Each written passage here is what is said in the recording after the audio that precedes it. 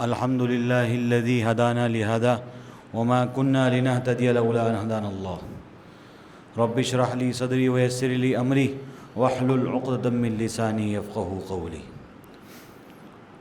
محترم بھائیو، بزرگوں اور دوستو، اب آپ سب کو معلوم ہے کہ ہم ان قریب ذی الحجہ کے مہینے میں انٹر ہونے والے ہیں، اور اس مہینے میں کئی چیزیں ہیں جو کہ ہمارے ذمہ میں آئیں گی، جیسے کہ قربانی ہمارے ذمہ میں آئے گی، جیسے کہ حج، جو حج کرنے کے لیے گئے ہیں ان کے ذمہ میں حج آئے گا۔ اسی طریقے سے اور بھی ذی الحجہ کے مہینے کی خصوصیتیں ہیں، بہت ساری باتیں ایسی ہیں جو کہ خاصیتیں ہیں ذی الحجہ کے مہینے کی، وہ بھی آپ کے سامنے آئیں گی۔ تو کیا خاصیتیں ہیں، کیسی چیزیں ہیں، میں آپ کے سامنے آج 5 نقطے صرف ایز انٹروڈکشن یعنی کہ ایز تعارفی نامہ بتاؤں گا، پھر آئندہ 2 جمعے اور آئیں گے انشاءاللہ، تو اس میں ان ایک موضوع پر، ایک بات پر صحیح سے گفتگو ہو جائے گی اور آپ کو سمجھ میں آ جائے گا۔ تو سب سے پہلے تو ہم آتے ہیں ان لوگوں پر کہ جو لوگ قربانی کرتے ہیں، قربانی سے کیا ہوگا اور قربانی کیوں کری جاتی ہے یہاں پر، اور اس کے متعلق کیا کیا لوگوں کے کیا کیا خیالات ہوتے ہیں۔ کوئی کہتے ہیں جانوروں پر ظلم ہوگا، گردن ان کی کاٹی جائے گی، خون بہے گا تو نقصان ہوگا۔ کوئی کہتا ہے یہ بڑی اینیمل کرویلٹی کے خلاف کام ہو، یعنی اینیمل کرویلٹی ہے، یعنی کہ اینیمل کرویلٹی ہو رہی ہے کہ جانوروں پر ظلم ہو رہا ہے، ساری چیزیں ہو رہی ہیں۔ اور کوئی کہتا ہے کہ ایسا نہ کرے کہ ہم جتنا خرچ کر رہے ہیں قربانی پر اتنی رقم صدقہ کر دیں۔ کوئی کہتا ہے کہ نہیں بھائی، یہ رقم جو ہے قربانی میں جو خرچ ہو رہی ہے یہ کسی غریب کے مدد میں آ جائے کام، آپ کیا کریں، مدد کر دیں غریب کی۔ کوئی کہتا ہے کہ کوئی الگ الگ چیزوں کی ذہن میں، مطلب جتنا بڑھیا شیطان جس کا اتنے بڑے اسے وسوسے۔ تو اب میں آپ کو بتاتا ہوں کہ قربانی اور حج کا تھوڑا سا انٹروڈکشن آپ کو دیتا ہوں، جس سے کیا ہوگا کہ آپ کے ذہنوں میں بات آئے گی کہ در حقیقت چیز ہے کیا۔ قربانی، سب سے پہلے یہ لفظ ہی کیا ہے، بہت گہرا مفہوم رکھتا ہے اپنے آپ۔ میں نے آپ کو پچھلے ہفتوں میں ایک بات بتائی تھی کہ کچھ پانے کے لیے کچھ قربان کرنا پڑتا ہے۔ مال پانا ہے تو رات کا سکون چین خراب کرنا پڑتا ہے، دن کی آرام کو قربان کرنا پڑتا ہے، یعنی کچھ پانے کے لیے کچھ قربان کرنا پڑتا ہے۔ یہ سمجھیے آپ کہ قربانی کا مطلب یہ ہرگز نہیں ہے کہ آج آپ کے لیے ایک دن ایسا آنے والا ہے جس میں آپ کباب کھائیں، جس میں آپ رانے کھائیں، جس میں آپ چاپ کھائیں، جس میں آپ وہ چیزیں کھائیں جو آپ نے پورے سال نہیں کھائیں۔ اگر آپ کی نیت یہ ہے تو مسئلہ ذرا سا بگڑ جائے گا۔ قربانی میں اللہ تعالیٰ چاہتے ہیں آپ کو اس واقعے کی طرف لے جانا جیسے انہوں نے اپنے نبی حضرت ابراہیم علیہ السلام سے قربانی کا مطالبہ کیا تھا۔ کیا قربانی تھی؟ کیا کہا تھا؟ وَإِذِ ابْتَلَىٰ، قرآن فرماتا ہے وَإِذِ ابْتَلَىٰ إِبْرَاهِيمَ رَبُّهُ بِكَلِمَاتٍ فَأَتَمَّهُنَّ، جب اللہ نے ابراہیم علیہ السلام کو خواب میں یہ بات کا حکم دیا، اس بات کی طرف اشارہ کرایا کہ تمہیں اپنے بیٹے کی گردن پر چھری پھیر کے اسے ذبح کرنا ہے۔ نبی کون تھے؟ حضرت ابراہیم علیہ السلام، جن کو بہت ہی زیادہ بڑے عرصے کے بعد کامیابی ملی۔ کیا؟ ان کے ہاں ایک بچہ پیدا ہوا، لڑکا پیدا ہوا، جو ان کے خاندان کا چراغ بنتا ہے، جو ان کے خاندان کا وارث بنتا ہے، ان کے خاندان کے نام کو آگے لے جانے کا وہ بنتا ہے۔ اللہ نے فرما دیا اے ابراہیم، یہ نعمت ہم نے تمہیں دی، اب وقت آ رہا ہے کہ تم اس نعمت کی قربانی کر دو۔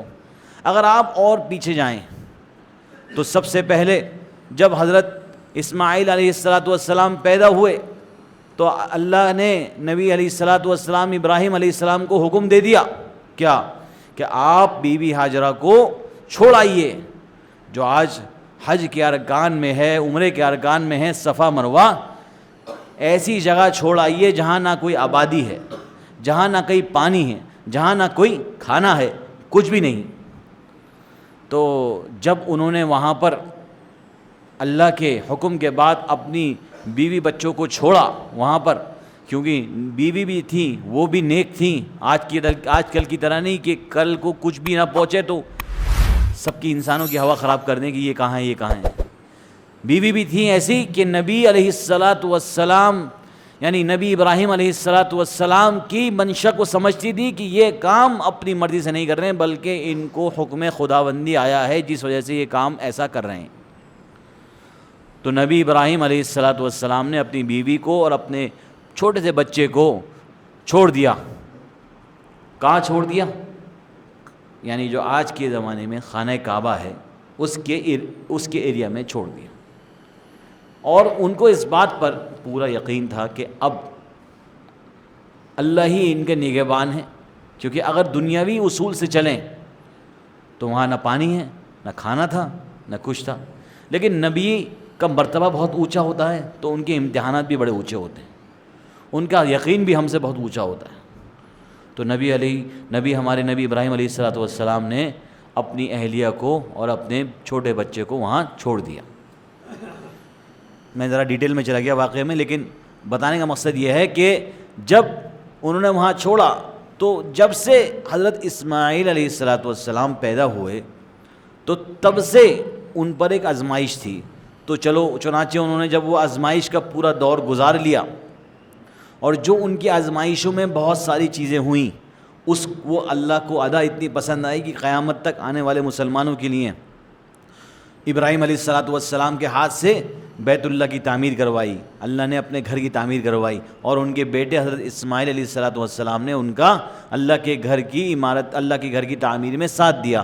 آپ دیکھتے ہیں مقام ابراہیم جہاں پر اللہ نے ان کو ایک ایسے پتھر دیے جس پر وہ کھڑے ہو جائیں. آج کے زمانے میں تو کوئی بات نہیں سمجھ میں آتی کہ دوسری منزل پہ تعمیر کیسے ہوگی، تیسری منزل پہ تعمیر کیسے ہوگی، بولے ہائیڈرا منگائیں گے کھڑے ہوئے کام کر لیں گے، لفٹ منگائیں گے کر لیں گے. لیکن اس زمانے میں جب کہ ترقی یافتہ زمانہ نہیں تھا تو اللہ کی طرف سے جنت سے ایک پتھر آیا تھا اور اللہ نے اس پتھر کے اندر یہ صلاحیت دی تھی کہ وہ لفٹ کی طرح کام کرتا ہے، اس پہ کھڑے ہو جاؤ جہاں ضرورت پڑتی وہاں اسے اپنے آپ لے جا کے پہنچا دیتا تھا. تو چنانچہ حضرت ابراہیم علیہ الصلاۃ والسلام نے حضرت اسماعیل علیہ الصلاۃ والسلام نے جب بیت اللہ کی خوب تعمیر بھی کری، سارے کام کیے، اور آپ سمجھ لیجیے جب بیٹا جوان ہو گیا تو اس کو قربان کرنے کا حکم آ گیا. اور پھر کیا ہوا، حضرت ابراہیم علیہ الصلاۃ والسلام نے اتنی آزمائشوں سے گزر کے آئے، اور جب ان کے پاس اگلا ٹیسٹ آیا تو ان کی جوان میں کیا آیا، جب انہوں نے دیکھا کہ میں اپنے بیٹے کو قربان کر رہا ہوں. انہوں نے بار بار یہ خواب دیکھا، اور نبی کا خواب عام آدمی کے خواب کی طرح نہیں ہوتا، نبی کو خواب کے ذریعے سے بہت ساری چیزوں کا حکم ہوتا ہے.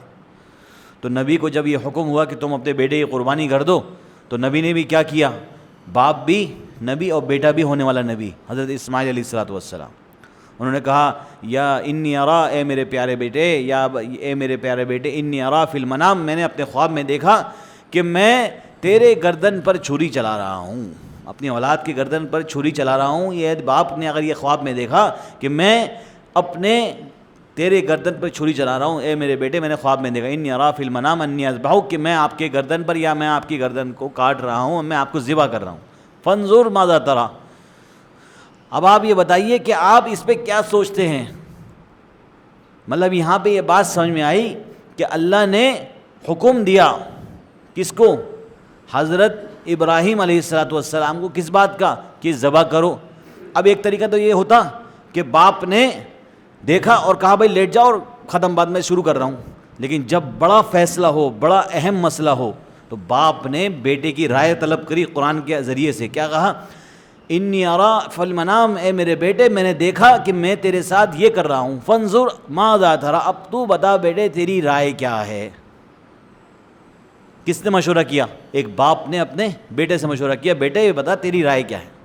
تو باپ بھی نبی تھے اور بیٹے بھی نبی تھے. انہوں نے فرمایا فانظر ما تری، قال یا ابتی، اے میرے والد، افعل ما تؤمر، آپ وہ کر دیجئے جس کا آپ کو حکم ہوا ہے. ستجدنی ان شاء اللہ من الصابرین، آپ مجھے پائیں گے کہ میں چھو بھی نہیں کروں گا اور میں صبر کر لوں گا. یہ بیٹے کا جواب تھا، کیونکہ دونوں نے منشاء رب کو سمجھ لیا تھا. اب ہم اسے آج کے واقعے پر فٹ کر کے لاتے ہیں. اب ہم جو قربانی کرتے ہیں مسلمان قربانی کرتے ہیں اس کا مقصد کیا ہے؟ کباب بنانا نہیں، اس کا مقصد یہ ہے کہ قربانی کرا رہے ہیں اللہ تعالیٰ اس جذبے کو یاد کرانے کے لیے. مان لو اس لیے کہتے ہیں جس نے جتنے جانور کو پالا اور پال کے اس پر جتنی اس سے محبت بڑھ گئی، جتنا اس سے دل کا تعلق بڑھ گیا، جتنی تکلیف تمہیں ہوگی اسے ذبح کرتے وقت، اتنی تمہاری قربانی میں زیادہ جان پڑ جائے گی. مان لیجئے آپ دیکھتے ہیں کہ انسان کبھی کبھی کتا پالتا ہے چوکیداری کے لیے، تو اس سے ایک انسیت ہو جاتی ہے، جانور کو بھی انسان سے انسیت ہو جاتی ہے اور انسان کو بھی انسیت ہو جاتی ہے. تو جب انسیت ہو جاتی ہے تو اس سے یہ بات کی دلیل ہے کہ ہمیں قربت ہو گئی، دل کے قریب کوئی آدمی آ گیا. اب جب دل کے قریب کوئی آدمی آ جاتا ہے تو اس شکل میں، اس صورت میں یہ ہے کہ جذبہ یاد دلانا ہے کہ کیسے ایک باپ کی کیفیت ہوئی ہوگی جب اس نے اپنے بیٹے کی گردن پر چھری پھیری ہوگی. اور ایسے ہی آپ کو سوچنا ہے.